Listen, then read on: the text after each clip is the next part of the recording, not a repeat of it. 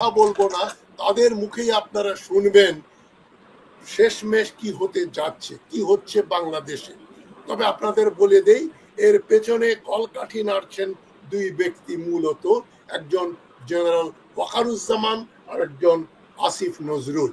তিনটা ফোর্সের থেকে বীরত্বের পদক পাওয়া, বীর প্রতীক সেনাবাহিনী থেকে, পুলিশ থেকে প্রেসিডেন্টস পুলিশ মেডেল, আর বিজিবি থেকে বিডিআর মেডেল।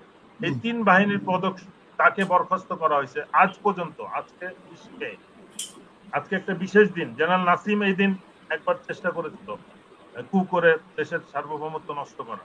আমরা সেই দিন আবার উপস্থিত হয়েছি আর একটা চ্যালেঞ্জ সম্মুখীন হয়ে, যে সেই দিনও জেনারেল নাসিম যেভাবে সার্বভৌমত্ব রক্ষায় সেনাবাহিনীর অবদান এবং সেনাবাহিনীকে নিয়ে গুরুত্বপূর্ণ আলোচনা করেছেন দুইজন সাবেক সেনা কর্মকর্তা, ব্রিগেডিয়ার হাসান নাসির এবং কর্নেল হাসিনুর রহমান।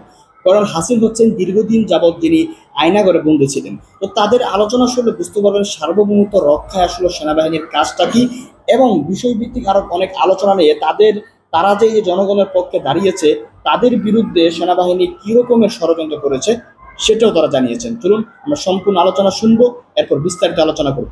অবিচল বিশ্বাস, আমরা এই দুজনের সঙ্গে কথা বলবো। কিছু অবিশ্বাস্য ডেভেলপমেন্ট হচ্ছে বাংলাদেশে। দেশপ্রেমিক শক্তিদের বিরুদ্ধে কোমর ভাঙা ইউনূস সরকারের কিছু লোকজন এবং এমনকি বিএনপির কিছু নেতাও বিষোদ্গার করছে, এবং একটি so-called TV channel, YouTube channel নাগরিক টিভিও এদের বিরুদ্ধে উঠে পড়ে লেগেছে। নাগরিক টিভি বললে আপনারা চিনবেন, যারা বসুন্ধরার কাছ থেকে চাঁদা চেয়েছিল, আমি যখন তাদের সেই প্রোগ্রাম করা বন্ধ করে দিয়েছিলাম 2022 সালের মে মাসের দিকে, 3 বছর আগে। এটা অবিশ্বাস্য শোনালেও সত্য যে এই কোমর ভাঙা তুগলকি ইউনূস সরকার তাদের ক্ষমতা দীর্ঘায়িত করার জন্য পুলিশ, আমলা ও এমনকি আদালতকেও নিজেদের স্বার্থে অপব্যবহার করে আসছে। খালেদা জিয়া থেকে শুরু করে তারেক রহমান, মাহমুদুর রহমান সহ আরো অনেক দেশপ্রেমিক ও ভারত ও হাসিনা বিরোধীদের কোণঠাসা করে রাখছে এই সরকার। তাদের উপর অত্যাচার বৃদ্ধি পাচ্ছে এবং তাদেরকে মার্জিনালাইজড করে দেওয়া হচ্ছে। সরকারের এসব তুগলকি কাণ্ডের সর্বশেষ ভিকটিম হচ্ছেন অবসরপ্রাপ্ত দুই সেনা অফিসার, কর্নেল হাসিনুর রহমান ও ব্রিগেডিয়ার হাসান নাসির ও কর্নেল হাসিনুর রহমান। তাদের একজন তো আয়নাঘরের বন্দী ছিলেন, আপনারা জানেন। তাদের মুখেই শুনবো ঘটনাটা, আমি আর কথা বলবো না, তাদের মুখেই আপনারা শুনবেন শেষমেশ কি হতে যাচ্ছে, কি হচ্ছে বাংলাদেশে। তবে আপনাদের বলে দেই, এর পেছনে কলকাঠি নাড়ছেন দুই ব্যক্তি, মূলত একজন জেনারেল ওয়াকারুজ্জামান আর একজন আসিফ নজরুল। তো আমরা মনে করি, আমি তো বহুদিন থেকে বলে আসছি, এদেরকে রেখে এই সরকারে এদেরকে রেখে আমরা খুব আনসেফ মনে করি, নিজেদের খুব নিরাপদ মনে করি না।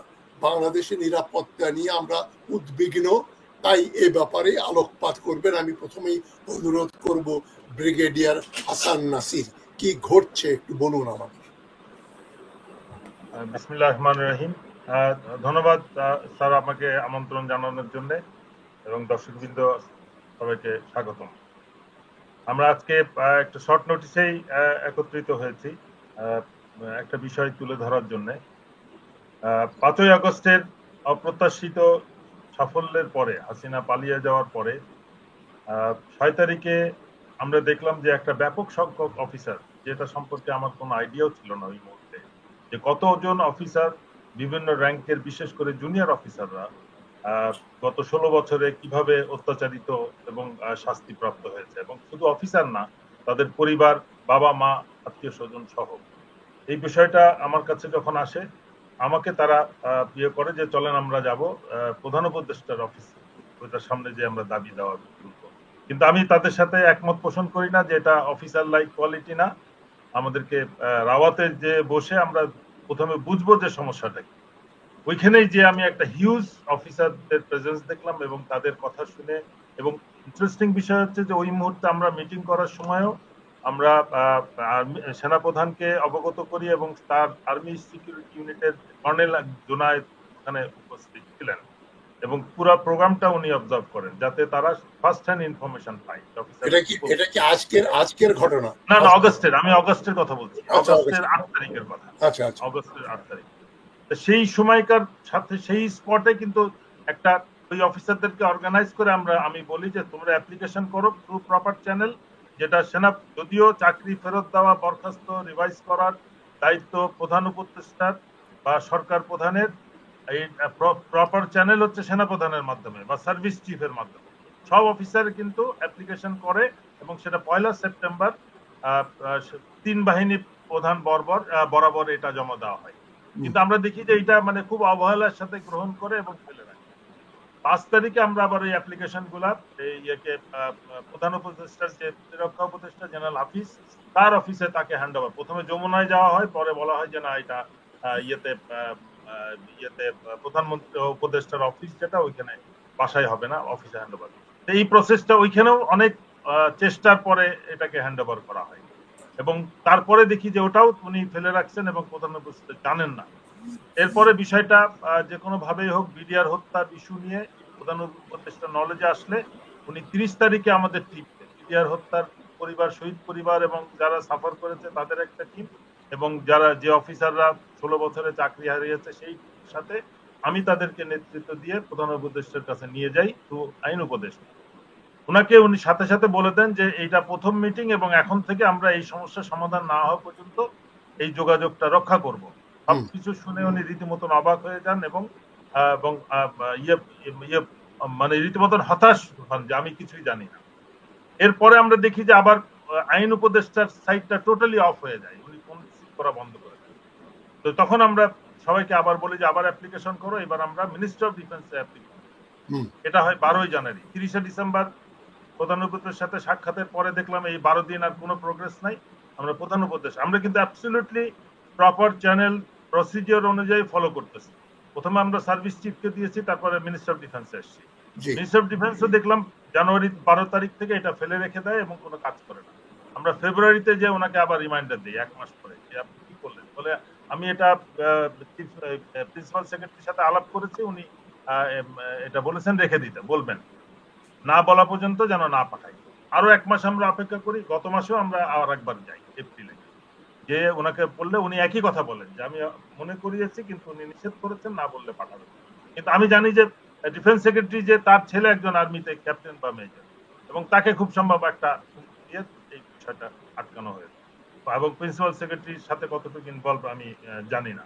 এইখান থেকে কিন্তু বাট এই প্রসেসটা যখন চলছিল এট দ্য সেম টাইম আমি দেখলাম যে যারা গুম খুন হত্যার শিকার, হাসিন একজন, কর্নেল হাসিন গুম হয়েছিল, তাকে বরখাস্ত করা হয়েছে অন্যায়ভাবে। সে 3 বাহিনীর 3টা ফোর্সের থেকে বীরত্বের পদক পাওয়া, বীর প্রতীক সেনাবাহিনী থেকে, পুলিশ থেকে প্রেসিডেন্টস পুলিশ মেডেল আর বিজিবি থেকে বিডিআর মেডেল, এই 3 বাহিনীর পদক তাকে বরখাস্ত করা হয়েছে আজ পর্যন্ত।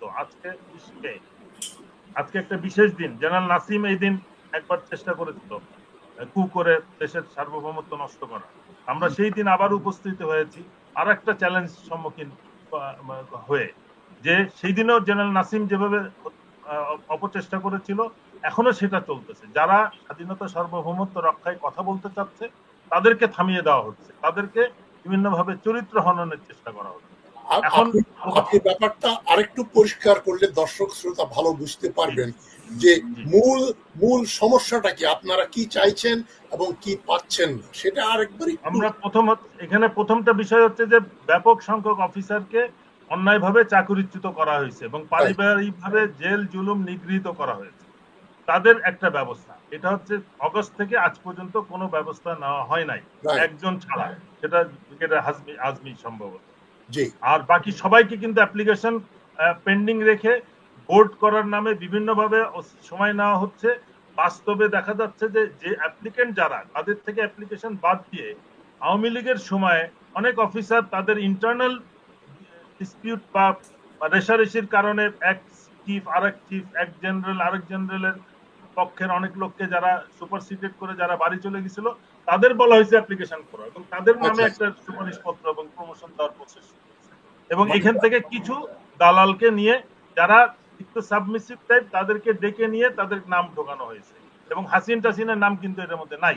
মানে জিনিসটা পরিষ্কার হয়ে যাচ্ছে যে যারা বঞ্চিত তাদের ভিতরে আবার দুই ভাগ করা হয়েছে, যারা মানে কট্টর আওয়ামী লীগ বিরোধী এবং যারা আয়নাঘরে ছিলেন, যারা কষ্ট করেছেন, একমাত্র ব্রিগেডিয়ার আজমি ছাড়া আর কাউকেই সম্মানের সঙ্গে তাদের যে পাওনা সেটা সরকার দিচ্ছেন না, গড়িমসি করছেন, এবং সেখানে আসিফ নজরুল এবং জেনারেল ওয়াকারুজ্জামান যে রোল প্লে করছেন ওগুলো বিতর্কিত। এবং এখানে ইন্ধন যোগাচ্ছে নাগরিক টিভি নামে একটা ইউটিউব চ্যানেল। এখন যেটা হচ্ছে এই মুহূর্তে, আমরা কি করলাম, ওই যখন জাস্টিস ফর কমরেডস যখন চলতেছে, at the same time BDR হত্যার বিষয়টাও সামনে আসে, গুম খুনের আপনার গুম কমিশনের কাজ প্রসিড করে, যেটার মধ্যে কর্নেল হাসিন ইনভলভ। আমরা সমস্ত ইস্যুগুলোকে আমরা হ্যান্ডেল শুরু করলাম। তো জাস্টিস ফর কমরেড শুধু রিটায়ার্ড অফিসারদের, এবং আমরা নতুন নাম দিলাম এই অর্গানাইজেশনকে, সেটা হচ্ছে নেক্সাস। আমরা প্রায় 8টা প্রোগ্রাম করেছি এবং বিভিন্ন রকম আমরা সেমিনার করছি এবং বিভিন্নভাবে মানুষের সাথে কন্ট্যাক্ট এস্টাবলিশ করছি যে এই যে ঘটনাটা গত 16 বছরে ঘটেছে, যেভাবে সশস্ত্র বাহিনীকে প্রশ্নবিদ্ধ করা হয়েছে, সশস্ত্র বাহিনীর 99.9% অফ কিন্তু 100% প্যাট্রিয়ট অ্যান্ড অনেস্ট। সশস্ত্র বাহিনীর বিরুদ্ধে কিন্তু আমাদের কোনো অভিযোগ নাই, কিন্তু এই ষড়যন্ত্রকারীরা বলছে যে আমরা সশস্ত্র বাহিনীর বিরুদ্ধে ষড়যন্ত্র করি। বিষয় হচ্ছে তাদের যে 0.1% যারা হাসিনার সাথে সহযোগিতা করে গুম খুন এবং কারাপশনের সাথে সম্পৃক্ত হয়ে পুরো বাহিনীকে দুর্বল করেছে এবং বদনামের ভাগিদার করেছে এবং জনগণের উপর অত্যাচার করেছে, তাদের বিরুদ্ধে আমরা চাচ্ছি যে তাদেরকে বিচারের আওতায়, তদন্তের আওতায় নিয়ে এসে সশস্ত্র বাহিনীকে মুক্ত করা হোক। আমাদের কিন্তু দাবি অন্য কোনো, কর্নেল হাসিন তার প্রাপ্যটা ফিরে পান, এবং এটার যদি সত্যিকার অফিসারদের প্রতি অন্যায় করে হয়ে থাকে, সশস্ত্র বাহিনীতে অতীতে অনেক এক্সাম্পল আছে, অন্যায় করা হয়েছে, বিভিন্ন অনেক দিন সিভিলে চাকরি করার পরে আবার ফেরত এসে, এমন না যে তারা ফেরত আসতে পারবে না। এমন মানুষের মধ্যে এমন একটা ধারণা দেওয়া হয়েছে যে আর্মি থেকে চলে গেলে সে আর কোনোদিন ফেরত আসতে পারবে না। আমরা দেখেছি শেখ হাসিনার ফুপাকে অবসর থেকে ফেরত নিয়ে এসে সেনাপ্রধান করা হয়েছে। আরো অনেক এরকম উদাহরণ আছে যদি আপনি লিস্ট ধরে আলাপ, সেটা কিন্তু সেখানে না কিন্তু একটা অপপ্রচার করে।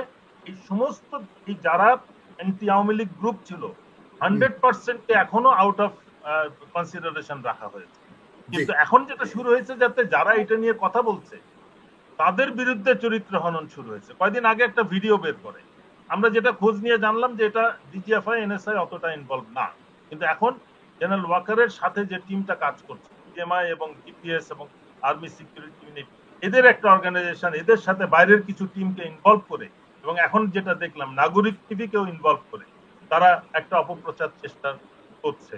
এবং প্রথম ভিডিওতে আমার বিরুদ্ধে অভিযোগ আনে যে করাপশন। আমি তখন একটা টক শোতে যে বলি যে আমার করাপশনের ইতিহাসটা চাই, আমার কাছে অতীতের করাপ্টেড জেনারেলদের সব আমলনামা আছে, আমাকে সুতরাং আমারটা দেওয়া হোক, আমিও তাদেরটা প্রকাশ করি কোনটা।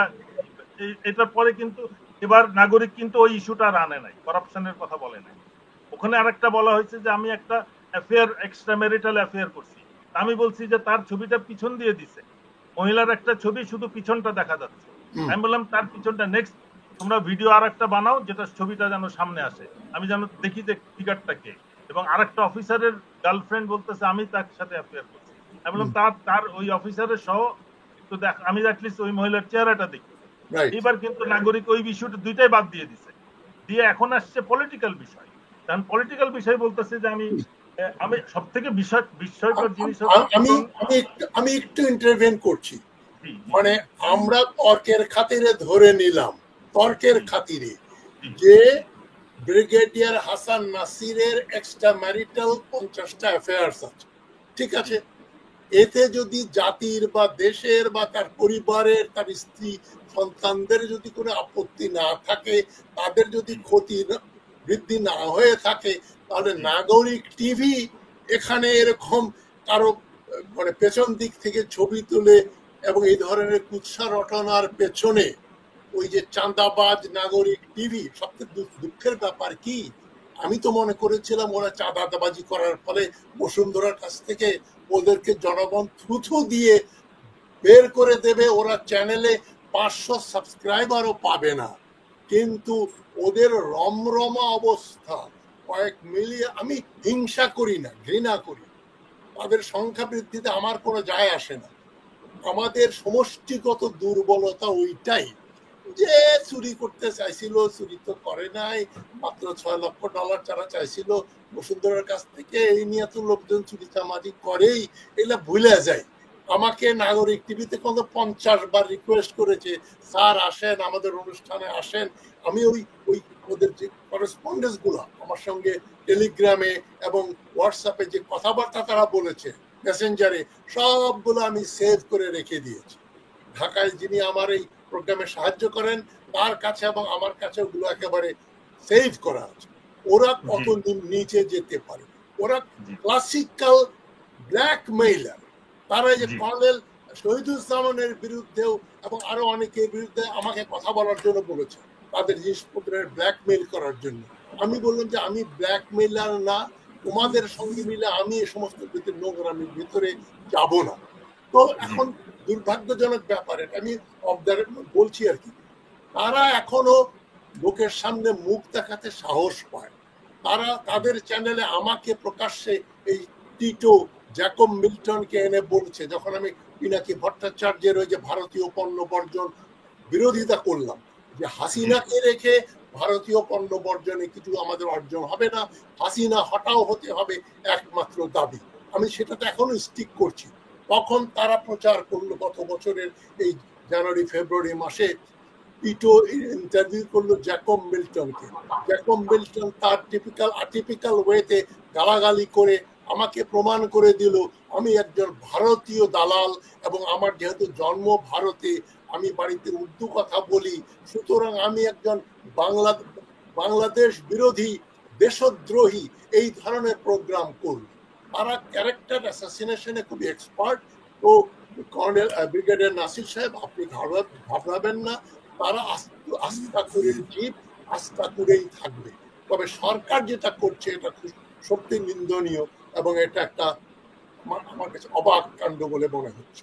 বলে না না, মিথ্যা যেগুলো অভিযোগ করতেছে যে আমরা 5 স্টার হোটেলে প্রোগ্রাম করি, আমরা অ্যাবসলিউটলি এখনো পর্যন্ত নিজের পকেট থেকে চাঁদা দিয়ে প্রোগ্রাম করছি, এবং রাওয়াতে প্রথম করতে চিঠি দিয়েছি, রাওয়া বিভিন্ন রকম ওসিলা দিয়ে 5 দিন 7 দিন ঘুরিয়ে না বলে দেয়, তখন আমাদেরকে প্রেস ক্লাবে যেতে হয়। প্রেস ক্লাবে হল ভাড়া 14,000 টাকা, আর রাওয়া আমার থেকে প্রথমবার হল ভাড়া চাই 1,20,000 টাকা, যে এর কমে আমরা প্রোগ্রাম করতে দিব না, পরের বার তো নাই করে দেয়।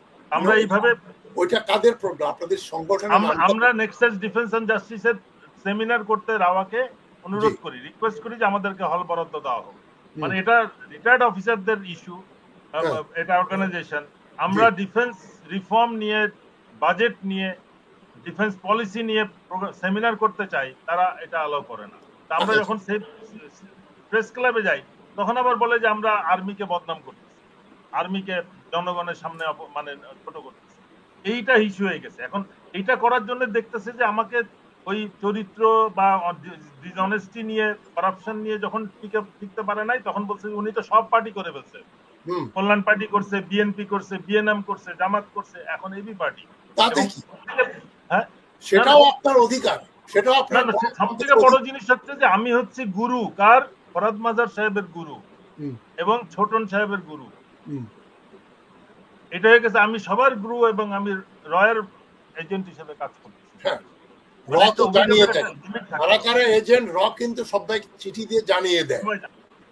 এবং একটা ভুয়া যেটা খবর দিছে যে 800-র বেশি মানে এই যাদের প্রতি অবিচার করা হয়েছে, 800-র করে এদেরকে বিবেচনা করে আবার তাদের সুবিচার করা হয়েছে।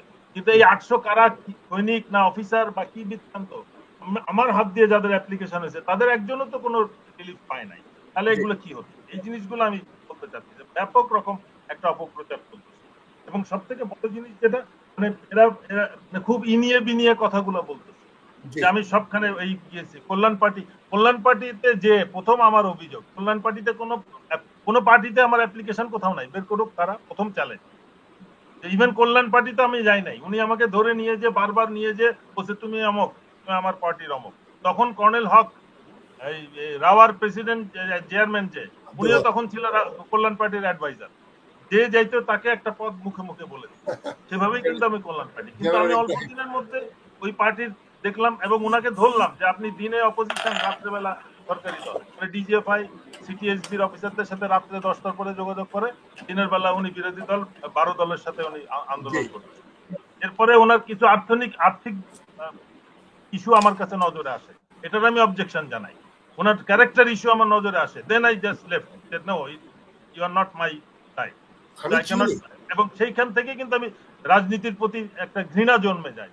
এই দেশে রাজনীতির করার মতো একজন বীর প্রতীক জেনারেল, সে যদি চাকরি ছেড়ে রিটায়ার করে এবং পরবর্তীতে সে বিক্রি হয়ে গেল আওয়ামী লীগের, এখন তার পার্টি করা তো আমার জন্য অ্যাডভান্টেজ হওয়ার কথা, যে ডিজিএফআই ওটাকে মেনটেন করবে। এখন আমার সাথে যারা ছিল ইয়াং অফিসারদেরকে আপনার হিট করে নিয়ে তাদের এদের করলো কি, এই যে এনসিটি যেটা হলো ওইটার মধ্যে কিছু অফিসারকে পুষলো, এটা কিন্তু ডিজিএফআই। তারপরে একটা সৈনিকদের নিয়ে একটা সহযোদ্ধা পার্টি খুললো, এটাও কিন্তু এই এজেন্সি, এই আর্মি সিকিউরিটি ইউনিট না ডিজিএফআই না এনএসআই আমি জানি না, but it is agency sponsored by defence authority. এরা এইগুলো দিয়ে বিভিন্ন ভাবে।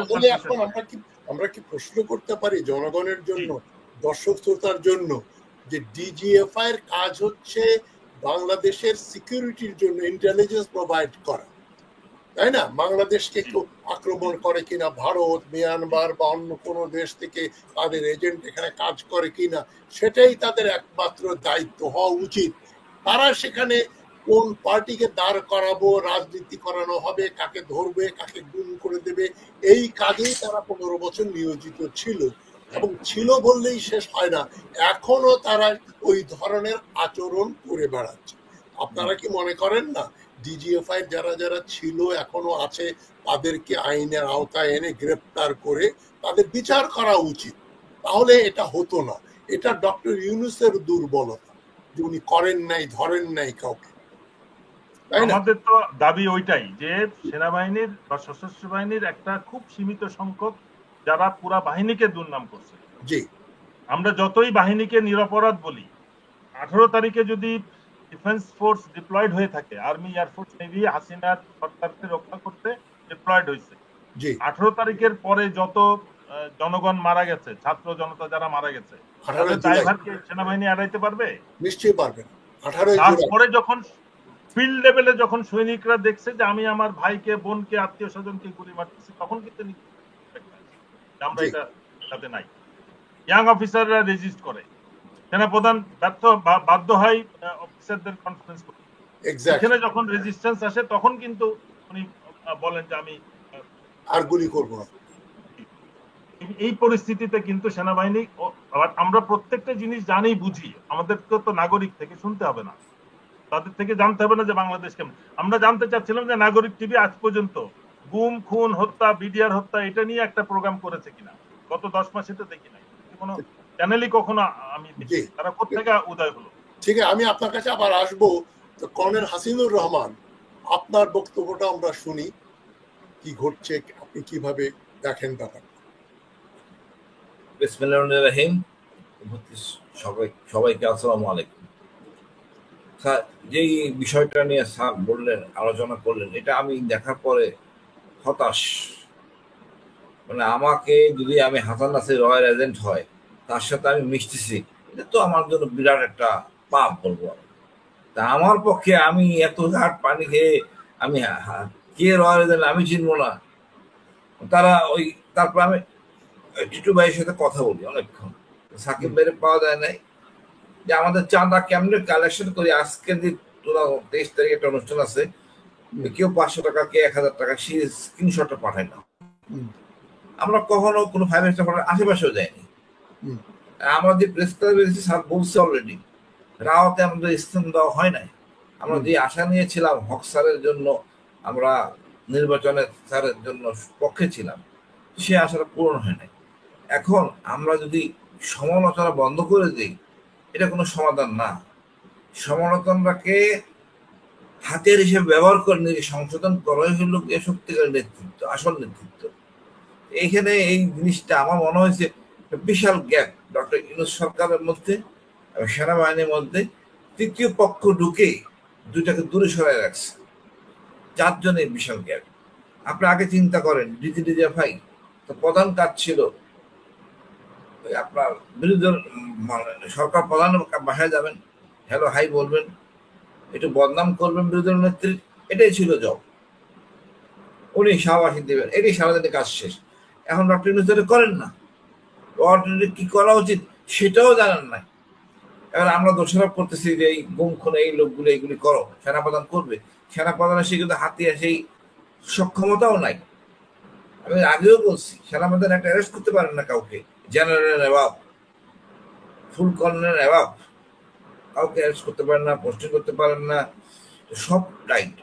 আমরা যেই জন্য সংস্কার বারে বলি, সেনাপ্রধানের সংস্কার এই জন্য দরকার তাদের নিরাপত্তার জন্য, নাহলে আবার আগামীতে যে সরকার আসবে একই অপকর্ম করে আর্মিকে দিয়ে।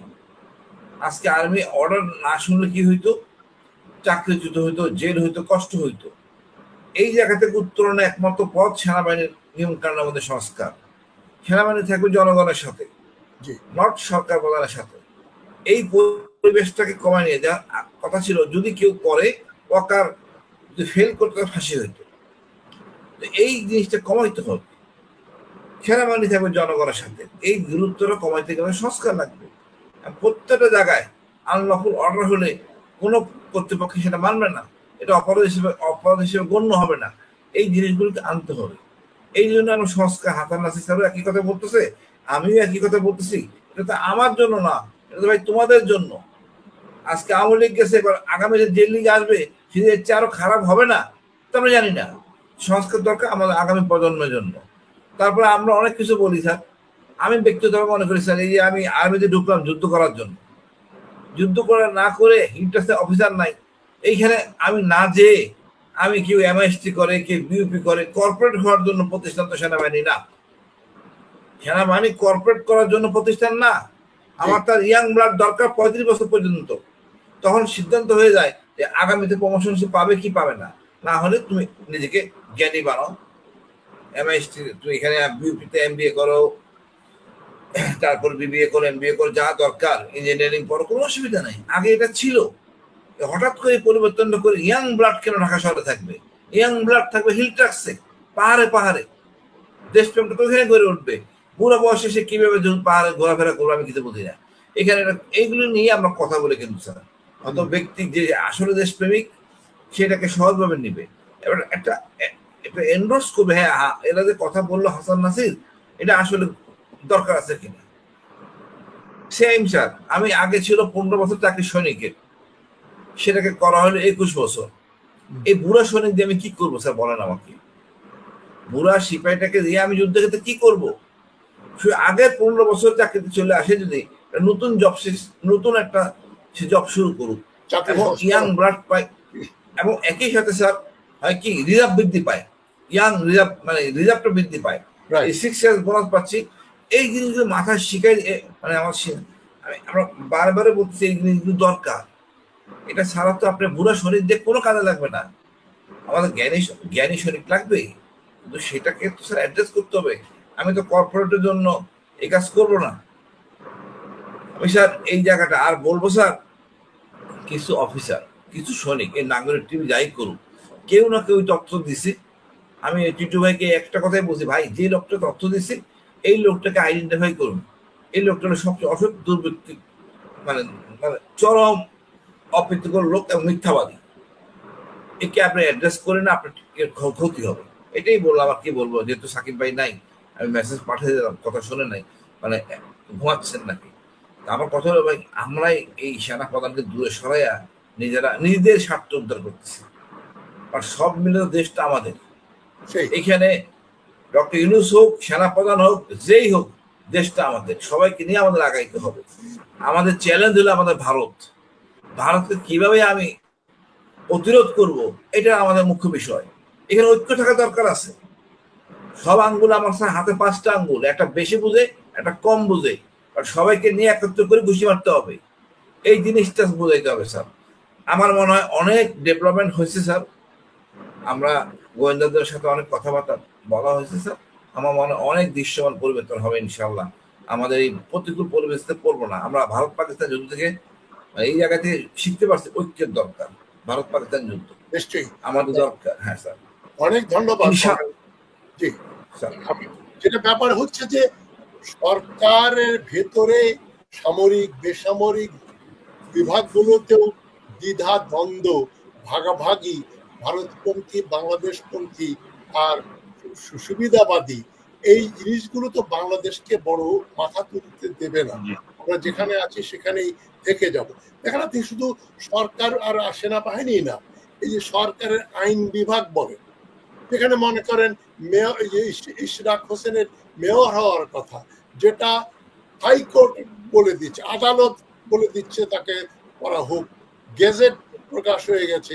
এখানে যেটা কর্নেল হাসিনুর রহমান বলছেন, তৃতীয় শক্তি একটা ইনফ্লুয়েন্সিয়াল ভেতর থেকে কাজ করছে যাতে ইশরাক মেয়র হতে না পারে।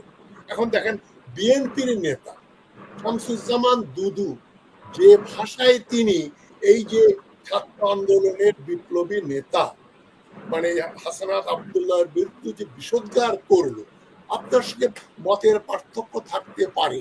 হাসানাত আব্দুল্লাহকে বলা হলো বিএনপির জন্মের, ওদের বাবার জন্মের আগে বিএনপির জন্ম হয়েছে এবং বিএনপির সব নেতা কর্মী যদি পেচ্ছাপ করে তাহলে হাসনাত আব্দুল্লাহর মতো লোকগুলো নাকি বঙ্গোপসাগরে ধুয়ে চলে যাবে।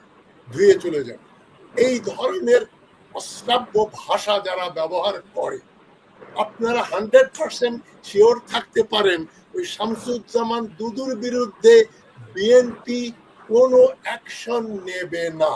তাকে দল থেকে বের করে দেওয়া, রিপ্রিমেন্ড করা, প্রেস রিলিজ করানো, তাকে পাবলিকলি ক্ষমা প্রার্থনা করানো, এগুলো বিএনপির কোনো নেতার মাথায় ঢুকবেও না, করবেও না। করলে ওই হাসান দেখবেন যে শামসুজ্জামান দুদু দল ভেঙে বিএনপির দুদু গ্রুপ বানিয়ে ফেলবে। এই হচ্ছে দেশের অবস্থা। রাজনীতি বলেন মানে বিরোধী দল বলেন, আর সবচেয়ে দুর্ভাগ্যজনক ব্যাপার হচ্ছে সেনাবাহিনী, নৌবাহিনী, বিমান বাহিনীর ভেতরেও এই পলিটিক্সটা ঢুকে পড়েছে। ভারতীয়রা এখানে সোচ্চার। তো আমি অনুষ্ঠান দীর্ঘায়িত করতে চাই না, রাত হয়ে গেছে, লোকজন ঘুমানোর সময়।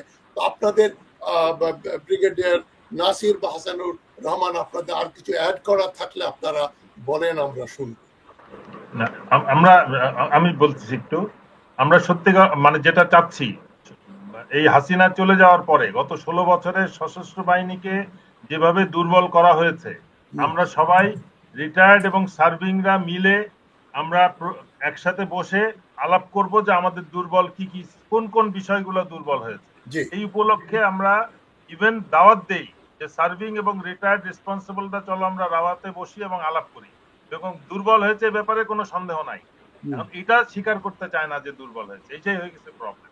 কিন্তু আমরা না জানি, আমাদের শত্রু যদি ভারত হয় তাহলে ভারত তো ঠিকই জানে আমাদের দুর্বলতা করতে, নিশ্চয়ই জানে। ভারত নিজে তার সশস্ত্র বাহিনীকে ব্যবসা করতে দেয় না। গত 16 বছর পুরো বাহিনীটাকে একটা ব্যবসা এবং হাইয়েস্ট মানে মানে যদি আপনি টার্ন ওভার দেখেন, বসুন্ধরা সব ছাড়া যাবে, ঠিক না? আর্মি তো এগুলো, আর্মি তো প্লাস পাকিস্তান ভারত যুদ্ধের পরে ভারতের প্রতিবেশী দেশ, আমি এখন অন্য আসপেক্টের কথা বলবো, ভারতের তার প্রতিবেশীর সাথে সম্পর্ক দুর্বল করে ফেলছে। পাকিস্তানের কাছে একটা খুব প্রচন্ড বাড়ি খাইছে। তার নিজস্ব পলিটিক্স এর কারণে কিন্তু মোদী এখন চেষ্টা করবে তার ক্ষমতাটাকে জাহির করতে। আমরা সিনেমায় যেটা দেখি, ভিলেন যখন নায়কের কাছে মার খায় তখন তার চামচার গায়ে একটা থাপ্পড় মারে, মার খেয়ে মাটির থেকে উঠা। এই আমরা কিন্তু এইটার ভয় পাচ্ছি। এটার ব্যাপারেও আমরা আগের সেমিনারে সতর্ক করছি সশস্ত্র বাহিনীকে। আমাদের এখন বাহিনীর দুর্বলতাটা কি আছে বের করতে হবে। আমাদের বাহিনীর সমস্ত কিছু other than small arms ammunition সবকিছু ইম্পোর্ট নির্ভরশীল। আমাদেরকে ওই জিনিসটা এখন দ্রুত সিদ্ধান্ত নিতে হবে কোন কোন বিষয়। এটার জন্য স্টাডি দরকার আছে, কি কি বিষয় কোথায় কিভাবে আমরা ডিসপার্স করব, এটা দরকার আছে। আমাদের চিকেন নেক আমরা একটা সৃষ্টি করছি নিজে বেনিতে, ভারতের চিকেন নিয়ে কথা বলেছি, এখন আমরা নিজেরা একটা চিকেন নেক দিয়েছি নদীর উপরে ব্রিজ করেছে, এবং এটা আমাদের সবথেকে ভাইটাল লাইফলাইন যে চিটাগং পোর্টের সাথে এবং মাতারবাড়ি ডিপ সি পোর্টের সাথে, এই দুইটাই কিন্তু কাট অফ হয়ে যাবে জাস্ট 18 কিলোমিটার। এই জিনিসটা বিষয়গুলো আমরা সশস্ত্র বাহিনীকে বলতেছি যে তোমরা এই বিষয়গুলো টেক আপ করো এবং জনগণকে সম্পৃক্ত করো। ডিফেন্স একা 3 বাহিনী পারবে না আমাদের দেশে। তো জনগণকে সম্পৃক্ত করে আমরা একটা সিস্টেম ডেভেলপ করি, সাজেস্ট করি, let us work out together. এখন এইটা তো করবেই না, উল্টা এখন আমাদের চরিত্র হনন করতেছে কি, সৈনিকদের নিয়ে এসে জাহাঙ্গীর গেটের সামনে দিচ্ছে, তাদেরকে দিয়ে ঘোষণা দেওয়া হচ্ছে তারা ক্যান্টনমেন্ট ঘেরাও করবে। আবার একজন আমাদের মধ্যে থেকে রিটায়ার্ড একজন অফিসার পোস্ট দিচ্ছে যে ব্রিগেডিয়ার হাসান নাসির এই বাহিনীটাকে লিড করছে। এরা এখন প্রেস ক্লাবে আছে। আবার ফোন করে যদি কেউ না দেখে, কেউ দেখে নাই, মিস করছে, তাকে আবার ফোন করে বলছো, জানো তোমার ব্রিগেডিয়ার হাসান নাসির এখন প্রেস ক্লাবে সৈনিকদের সাথে, এবং নো লেস দেন মানে একটা মানে রিটায়ার্ড অফিসারদের অর্গানাইজেশনের প্রধান, নির্বাচিত প্রধান, সে ফোন করে সবাইকে জানাচ্ছে। আমরা কোন পর্যায়ে পৌঁছে গেছি? ওই কর্নেল হক যিনি মানে কর্নেল হক যিনি ওই ওয়াকারুজ্জামান যেদিন 25শে ফেব্রুয়ারিতে এসেছিল, এইভাবে হাততালি দিচ্ছিল যে দাঁড়িয়ালা ভদ্রলোক, খুবই জঘন্য রোল। এনিওয়ে দিয়ে বলতেছে যে জানো ব্রিগেডিয়ার হাসান নাসির এই ওই সৈনিকদের ওই হরতালটা লিড করছে। এটা কি ধরনের মানে মানে অপপ্রচার এবং চরিত্র হন? আমি এটা বুঝাইতে চাচ্ছি যে আমাদের এইটার থেকে বেরিয়ে আসতে হবে। জি, এক দর্শক প্রশ্ন করেছেন, তাজ হাশমি স্যারকে অনুরোধ করছি করিডোর এবং চট্টগ্রাম বন্দর নিয়ে একটা আলোচনা করার। আজকে তো এখানে অবকাশ নেই। আমি করিডোর নিয়ে বলেছি যে আরাকান আর্মির সঙ্গে কথা বলাটা দেশদ্রোহিতা। ডক্টর ইউনূসের সরকার, ডক্টর কি নাম ওই ভদ্রলোক যাকে নিয়ে এসছে খলিলুর রহমান, তারা যেটা করেছেন এটা দেশদ্রোহিতা। এবং চট্টগ্রাম বন্দরে বিরাট ইনভেস্টমেন্ট, এগুলো এই টেম্পোরারি সরকারের আওতার ভেতরে পড়ে না। ইউনূস সাহেবের প্রেস সচিব বলছেন গালাগালি করে জঘন্য ভাষায় যে সবকিছু করার নাকি তাদের ম্যান্ডেট দিয়ে দিয়েছে জনগণ। এই ধরনের বাড়াবাড়ি করলে কিন্তু আপনাদের জনপ্রিয়তা এখন কমে যাচ্ছে এবং এটা একসময় নিঃশেষ হয়ে যাবে। সেটা যেন না হয় সে অনুরোধ করছি। তবে আমাদের এখন দাবি করা উচিত ওয়াকারুজ্জামানের বিতর্কিত ভূমিকার জন্য এবং আসিফ নজরুলের বিতর্কিত ভূমিকার জন্য তাদের অপসারণ করার জন্য আমরা আশু দাবি জানাচ্ছি। একজন ইউটিউবার অলরেডি বলে দিয়েছেন, ঘোষণা করেছেন যে আসিফ নজরুল হটাও আন্দোলন শুরু করতে হবে। আমি সে আন্দোলনের প্রথম দিক থেকে আমি বলে আসছি যে চুপ্পু ওয়াকার এবং আসিফ নজরুলকে অপসারণ করতে হবে, সেই দাবি আমি আবার পুনরুল্লেখ করছি।